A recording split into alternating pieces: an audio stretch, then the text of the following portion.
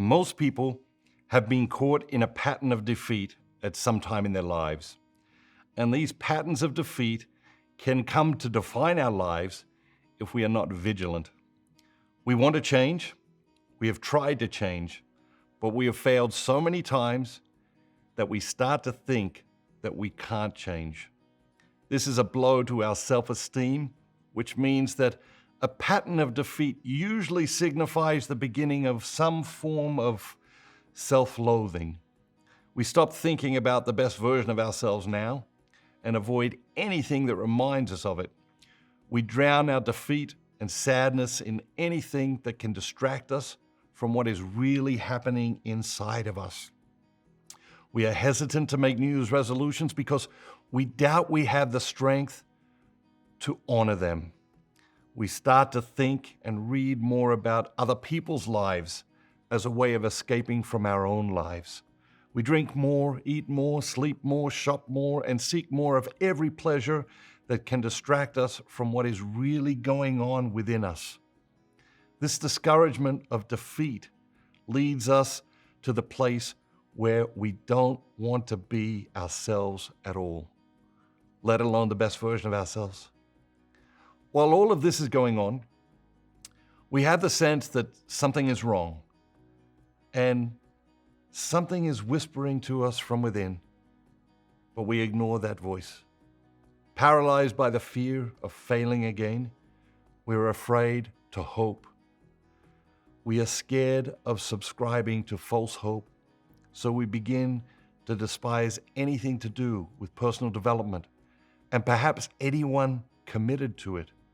They represent a dream that has been lost or abandoned, though we don't know which.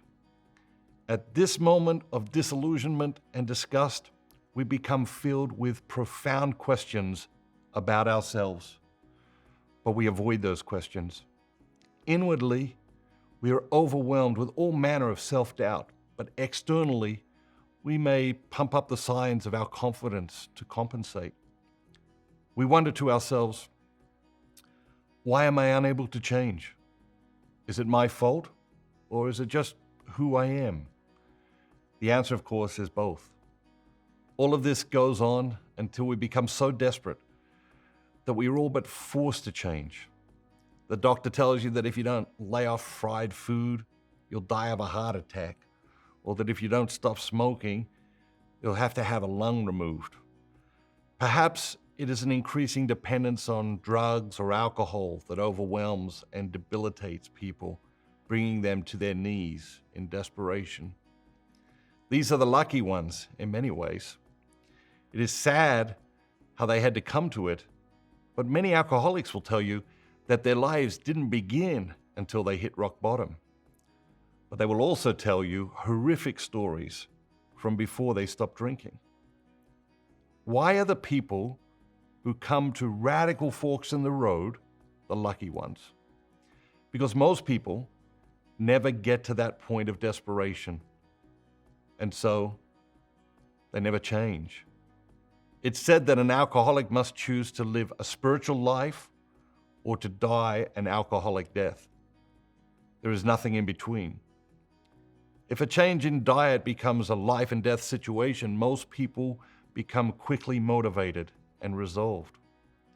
Most people change only when the pain of not changing becomes greater than the pain required to change. But most people, perhaps you and I, can muddle along in patterns of defeat and self-loathing without drawing much attention to ourselves. All of this can be going on inside us, and most people would be completely oblivious to it. The people around us can love us and feel loved by us. Little do they know how incapable of love we truly are, because we are so filled with the kind of self-loathing that prevents us from loving anybody, including ourselves.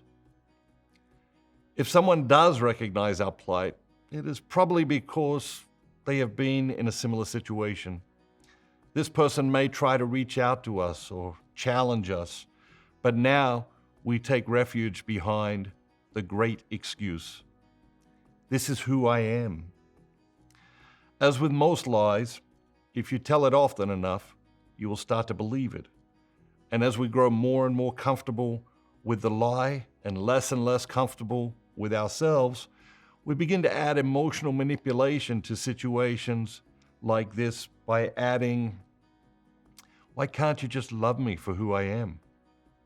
We say, "This is who I am," but secretly we despise who we have become and desperately want to become the self we know we are capable of being. But we feel trapped. And we are. We are trapped by our illusions of perfection, depressed by the difficulty of the road ahead, overwhelmed by our patterns of defeat. What I have described here happens to many, many people. It's happening to millions of people right now, today, all around us. People want to change. We want to change. We know that there are certain areas of our lives that we would desperately like to transform. Be honest with yourself for a moment. What is the one thing about yourself that would most radically improve your life if you changed it? Have you tried? Of course you have. Are you still trying, or have you given up? Maybe it's time to take another run at it. If you enjoyed this video, you'll love the book. Click here to order your copy of Perfectly Yourself today.